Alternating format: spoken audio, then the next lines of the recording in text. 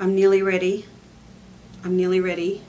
I'm nearly ready. I'm really not ready, but we're going to get started. So welcome to the 4th Craft and Cook Show leftover show. You know how when you have a really nice dinner and you think, great, there'll be leftovers for the next night, and then everyone enjoys it so much that they go back for seconds and there's no leftovers? That's kind of what this week feels like, because we had such a big Craft and Cook Show last week. We just pushed it in, just over the hour's worth of things, and this week I haven't done my homework. So, well, I've done a little bit of it. So I'm going to show you where I'm up to, because it's important to keep it real. I haven't had a whole team of little seamstresses in there sewing for me for the last week. But I have learned a few things, some good and some bad, over what we've been working on. So I'll run through some of them for you, and then we'll have a quick look at what we're going to do next week. So, first of all, pre-shaped curves. Now, I showed you a little bit of a hint a couple of weeks ago over what I was going to do with some really pretty shabby chic pink fabrics. And so here's my finished promo shot of my cushion on my little shabby chic chair that I bought on Marketplace, and it looks quite cute. Technical issue, I can't sit on the chair with the cushion. The cushion is so big. So here it is here. This is my big cushion that's all finished off. I will be honest, Emma helped me finish this off the other day because we were going along so well, and I got so excited. I made all of the borders and did the center of the cushion, and then we went to assemble them. No, we got it all around the wrong way, and I'll explain in a minute, but you can have a look here. If I give you a little close-up, you can see all of our pre-shaped scallops, and what I did, I stuck them all down onto a foundation piece of white fabric, and then I would have loved to have slip stitched them all on by hand, but we just didn't have the time, and so we top stitched them on with a clear mono poly thread. When you stand back from the cushion, you can't see it anyway, and it's probably going to be a lot more practical if the cushion's going to get a little bit of wear. So first of all, I just wanted to recap for you. I'll pop it over here. I'll show you how I drew up my clamshell, because that's really important that if you want to have a go, you've got a head start. So you can just grab a bowl or a plate, anything that's going to give you an easy circle, and draw on the top of the curve that you're after. So I'm just going to, let's have a look, roughly do that. So I've got, can you see that? I've got my little semicircle, and it can be as short or as long as you like, if that's the term for the curve. It doesn't really matter. It doesn't have to stick to a traditional clamshell shape. And then I'm going to measure across the curve. So if you like, technically speaking, the diameter, and this one I have very impractically brought up to be 5 3/4 inches. I can do that. I can do it. We're just going to go there, which is just 2 3/4 and a bit. How's that? So I've got the center of my curve, and that's going to give me a good guide when I come to adding in the bottom of my clamshell shape. So I'll hold that up for you. You can see that there. So I'll go back now, and I'll use my bowl again, and I'm going to pick how long I want my clamshell to be. So I'd actually like him quite tall. I think it will go down to about there. And then I will draw on with my bowl again the matching curves on each side.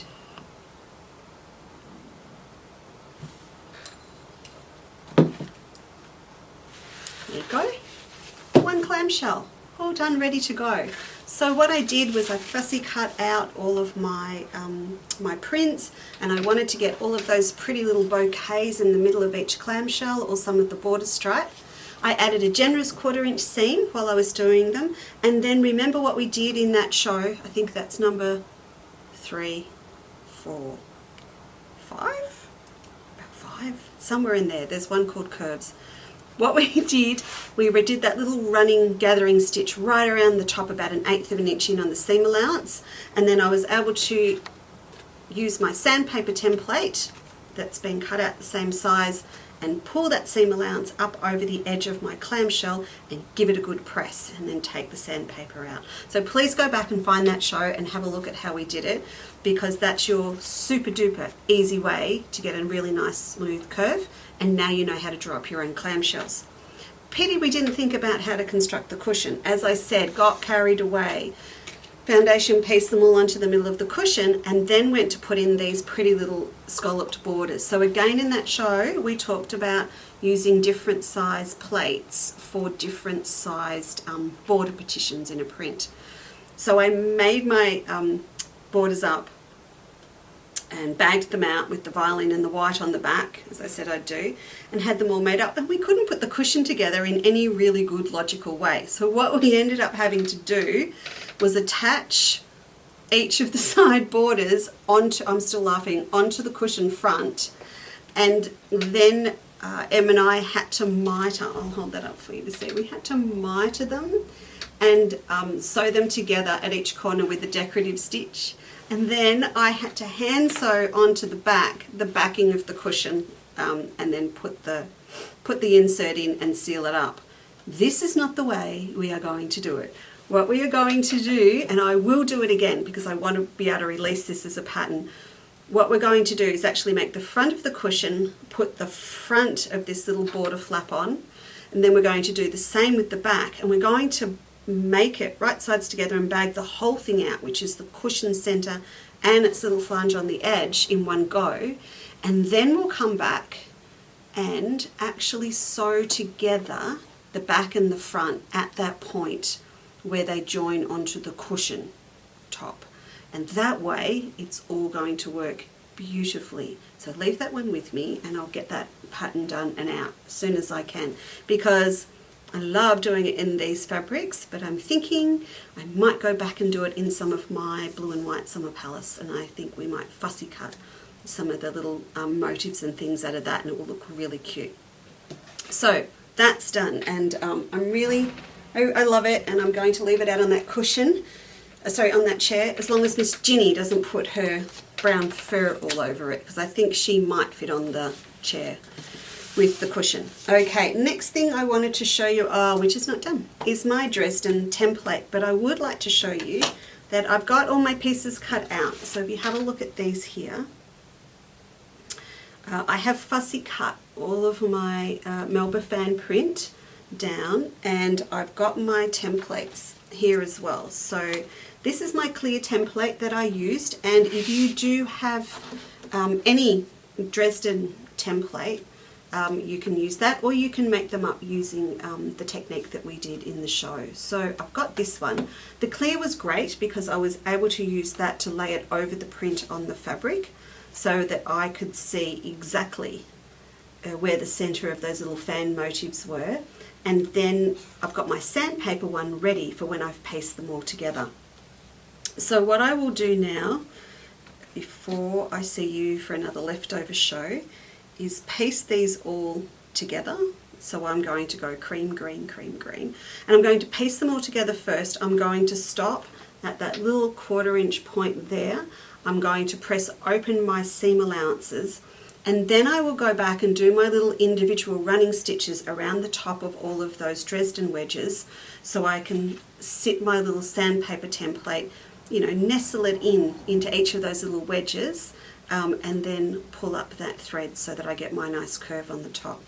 Never mind you, I wanted to get 6 of these done for Christmas, so I really need to get my skates on. But I will get those going for you. The other thing I wanted to tell you about was, I made a boo-boo, a big one. Hang on a minute, I'll get it for you. Okay, this is my boo-boo. So I showed this off to you a couple of weeks ago, that I had finished off my lavender bag with the ombres, with the ruching, with the little curved base, and I took it home with one of the beautiful frames that we have with what I thought were the right dimensions at the top. Now what had happened was, as I had been piecing it all together, I had forgotten that I had a set frame size that I had to work with, because if you're adding your own handles onto it, it doesn't really matter what size the top ends up. But I needed mine to be 11 inches wide at the top to fit into one of our lovely hinged frames. And in my fear of wanting to finish it off, I trimmed a little bit too much off. It doesn't fit in the frame anymore. Now, lucky for me, when we had all our frames come in, we had some different ones come in that we actually haven't brought in yet to stock. But this one is so gorgeous. We'll get to this one eventually. But I had a sample. Now, I've measured this one up with that little technique I showed you about popping the cord or a piece of string up inside the frame.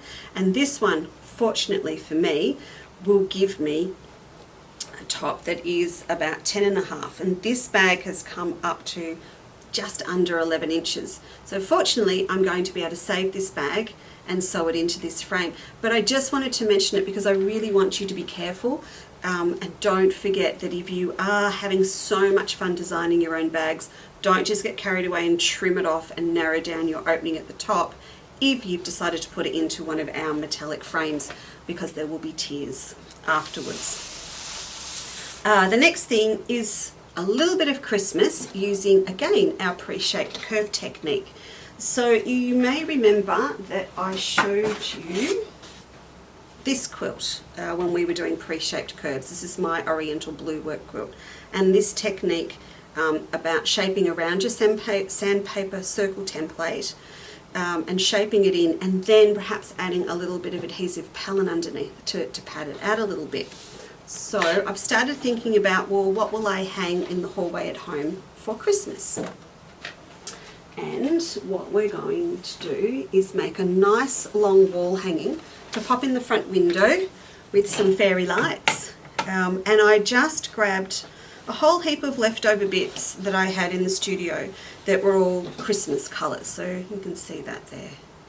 Alright, now what I have done is I've cut them all into little narrow strips, but I haven't just cut them straight, I've cut them on an angle, and what that has allowed me to do is dovetail them back and forth so that they all come up even in the end on the edges. And I'll show you what I mean. I've got some of our lovely green batiks that we've got in stock here. I'll just grab 2 or 3 of these, which doesn't seem very Christmassy, but there's another idea there, so give me a minute. I'll take off 3 of these. What I'm going to do is cut them down just into half the width, because we really want to be able to create a bit of an angle on them. And if we have them too wide, it's only 2 there, we won't get a big enough angle. This is a great way to use up leftover fabrics as well. In fact, in the last leftover show, I showed you a picture of what Terry was doing with some of her strips from remnants packs and things, and this is kind of along the same theory, if you like. All right, I want one of these, one of these, one of these, and we're just going to sit them all on top of each other. Just randomly, doesn't have to be really straight or anything. And then we're not going to knock our coffee over. Put that over there, and we'll grab a nice long ruler from under the pile, and we're going to cut these up. But what I want you to do is kind of make one end 1 inch and the other end about 2 inches, so they're on a little bit of an angle. So we'll cut through that way, and then pivot your ruler back the other way, so you've got about 1 inch, or maybe even a little bit less, and up to 3 inches on the other side. So what's going to happen, you just keep going back and forth. They're all going to be angled, they can be really random. Just try and keep those lines nice and straight. I'll do one more across there. Sometimes when we start getting a bit carried away, we can slip a little bit, so just careful you keep your cuts nice and straight. Okay, then we're going to pick them all up, give them a shake, and then we're going to rearrange them like this. So we'll go one that way. So I've got a narrow end up here, so we'll put a wide end up here.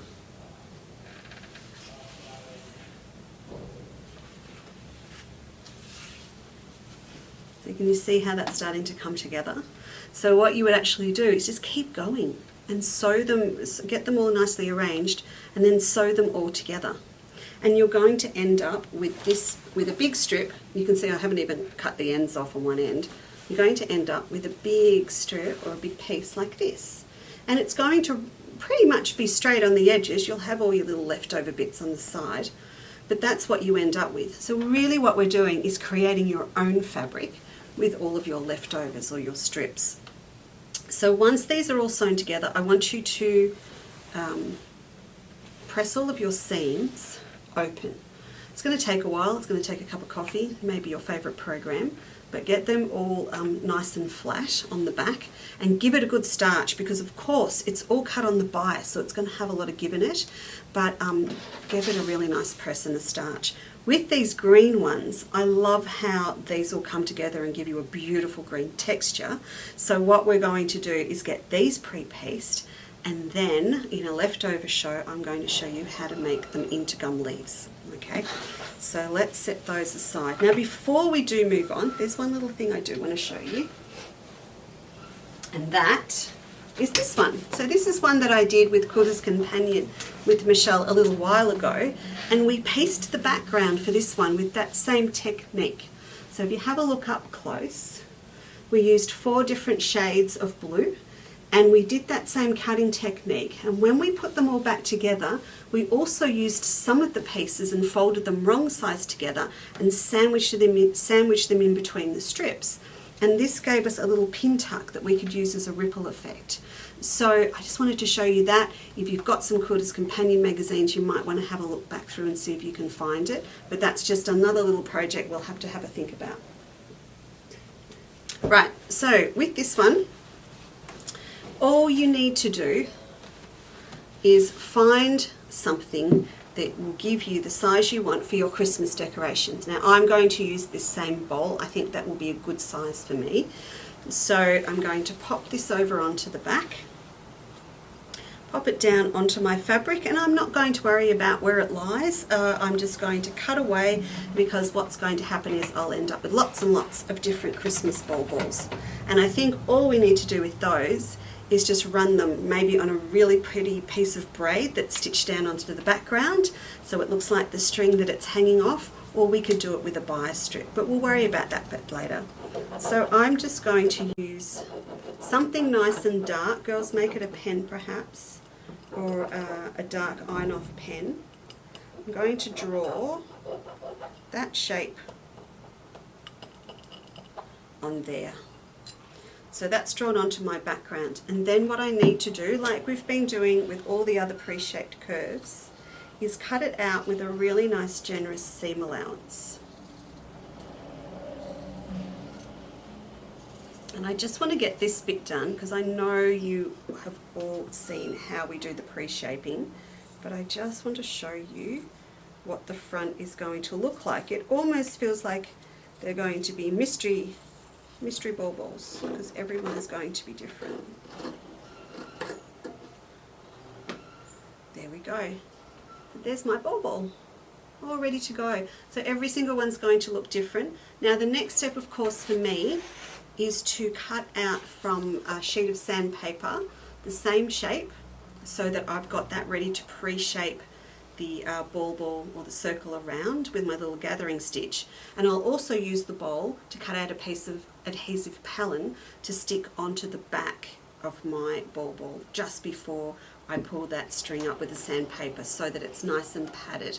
And I think this is going to be so much fun, because we've all got those sneaky stashes of Christmas charms and buttons and things that desperately need using up. So let's stay tuned, see what you've got in your stash, and we'll come back together and have another look at that in a couple of weeks in the next leftover show. Okay, let's pop that one away, and our list is looking really, really good. Oh, the pointed fans. Now, one thing I have got done this week is the pointed fans. You ready? I'm just going to dump that on the floor. So, let me grab that for you. Okay. So this is what I have got done this week. If you remember when we did our pointed Dresdens last week with lots and lots of different examples, this was one that I wanted to get together for you. So instead of making the complete circle of your Dresden, like this one, I have broken it down and made 4 fans with 5 wedges each. So you can see those on there. So then what I'm going to do, and I think you can just see them, it's quite faint, but what I have done, I have drawn lines. So I've got a ruler and I've followed down through the line through each of the points, and I've got these all drawn on ready to go. You can see that there. So that when I come to quilt it, I'm going to do a really nice little decorative stitch on my banana, so it looks like partitions of a fan coming down, and we might even add some beads and some tassel to the end. But now that I've got this ready to go, I just really enjoyed slip stitching these on in front of the television.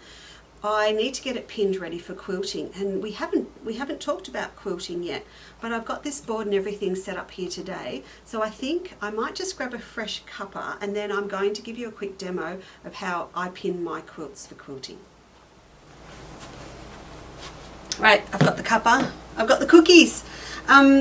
First of all, today we are filming on the 29th of September, which for all eternity will be my dad's birthday. So happy birthday, Dad, and everyone that's watching close to the time. It's Dad's birthday. And tomorrow, when it actually goes live, so when you're watching it, it's Mum's birthday, the 30th of September. So happy birthday, Mum, as well. And I will see them both over the next couple of days, but in the meantime, I did see them just on the weekend, and Mum had made our hazelnut macaron recipe from way back from the first show. But remember I told you that it comes up differently if you put different nuts in. Well, Mum's done these ones. Look at those. And this is exactly the same recipe. You would never pick it from looking at them. But she used 2/3 almond meal and 1/3 hazelnut.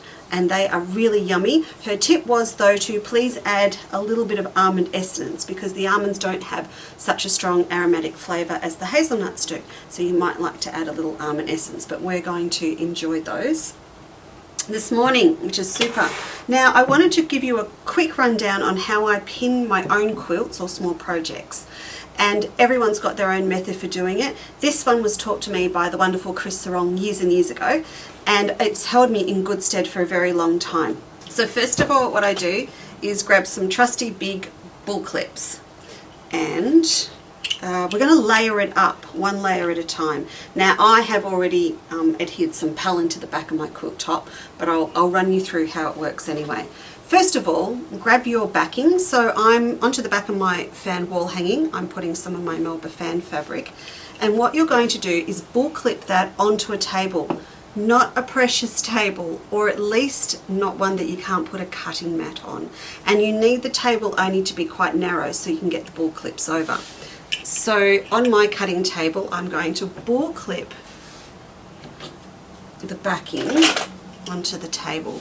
You want them about 10 inches apart, and that's going to hold it really nice and tight on the table on that side, and then give it a really firm press down, making sure there's no big creases or anything in it.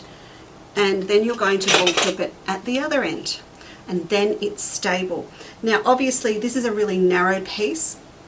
If I'm doing a double bed quilt, I might have 2 tables next to each other, or you can use this method in sections as well. So once that backing is down nice and flat, this is now when you'd put your batting over the top. So you do exactly the same thing, and at each end make sure you've got at least about 4 inches, 10 centimeters overlap, because you don't want to end up short on your backing or your batting when you put your quilt top over the top of it. Right, so my top already has its batting adhered on, so I'm just going to sit this over the top and do exactly the same thing. I'm going to grab these bull clips and take them off and make sure I've got enough backing underneath. So that's on there. This is a really tight bull clip. He must be one of the newer ones. I'll use this one.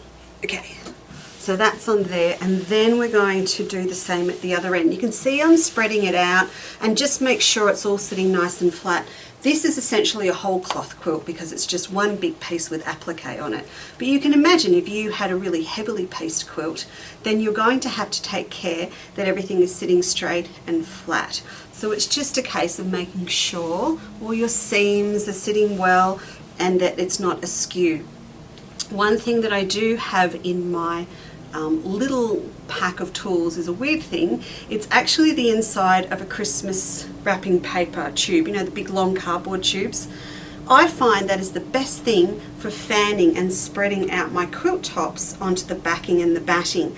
It's the cardboard just gives it a little bit of a roughness with a little bit of friction, and it just helps smooth everything over. So instead of pushing hard, I will run that in a fan motion over the top, from top to bottom.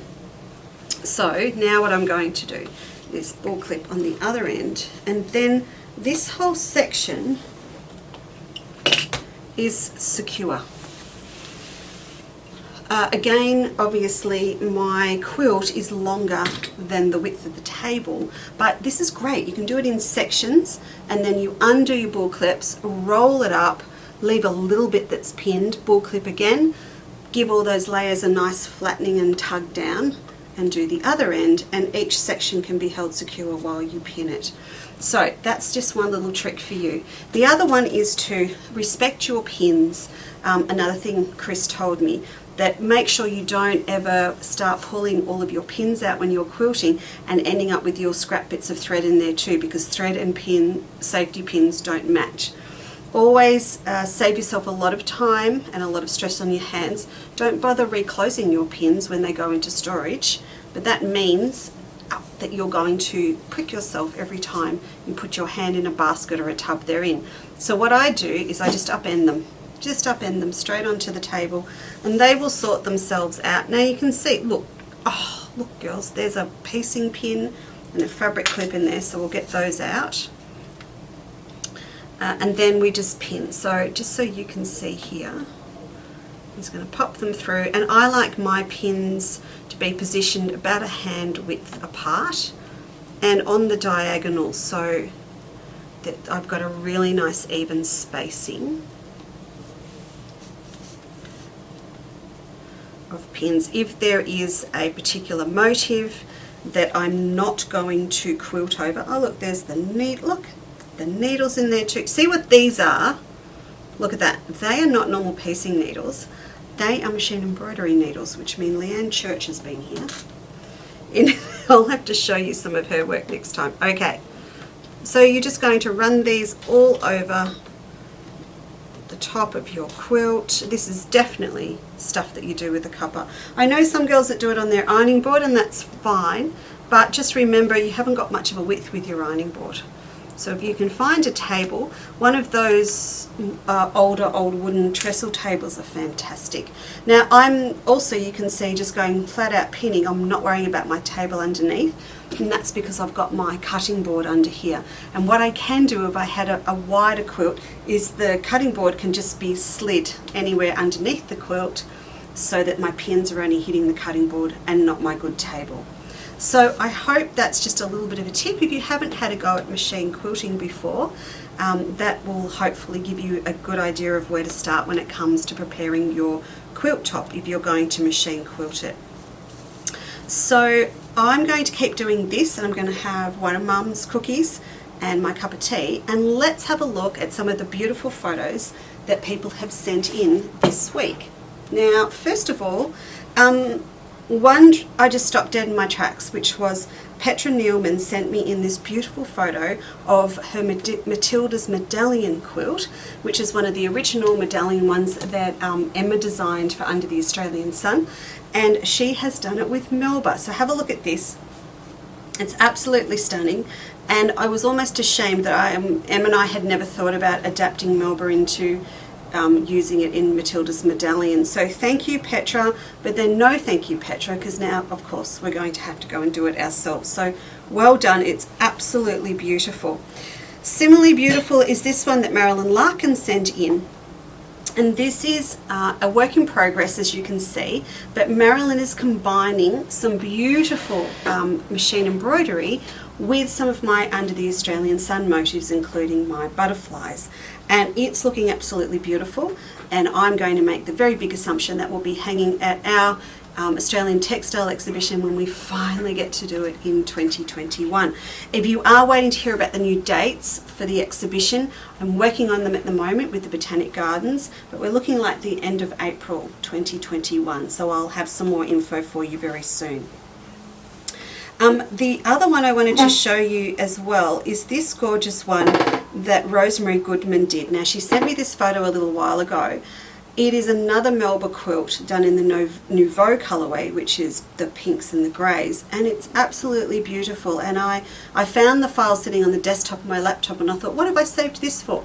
Obviously, I've saved it because it is the most stunning quilt, and I just had to share it with you today because it's probably one of the most rewarding things for me is when people send me photos of quilts that I'm never going to have the time to make with my own fabric, and they have just invested so much of their time and effort into making something, and it's very, very special. Speaking of special, Jill Cross.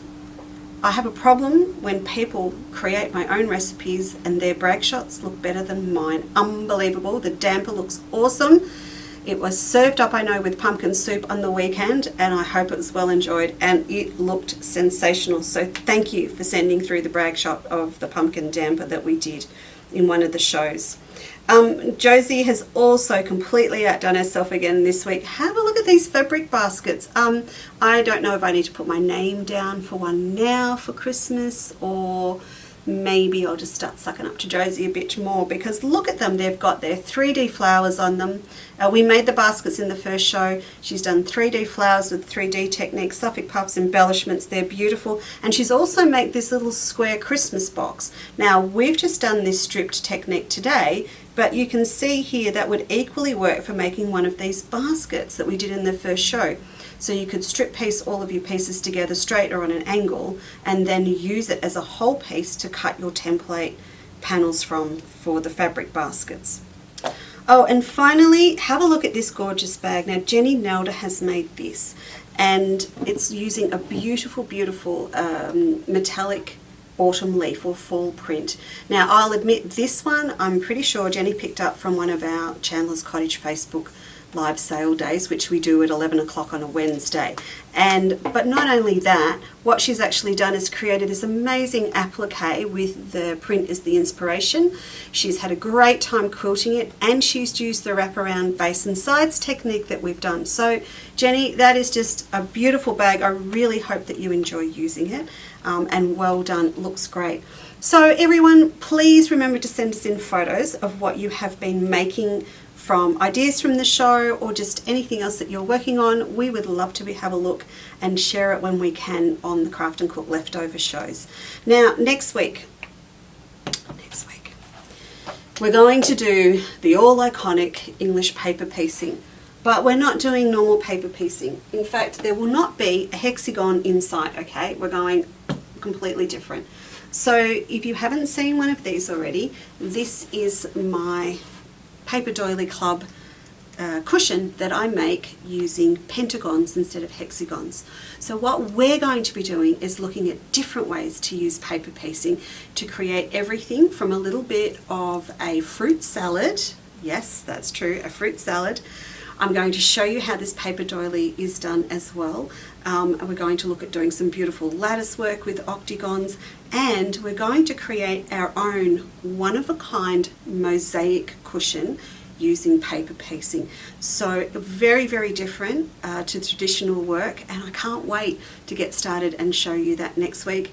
Yay, this sample's made, but some of the other ones I need to get working on right away. So thank you so much for joining me today. If you're watching it live, please remember to stay tuned and at 11 o'clock on our Facebook page, because we'll have our weekly live specials. We'll wish Mum another happy birthday then. And thank you so much for watching, and we'll catch you all soon. Bye.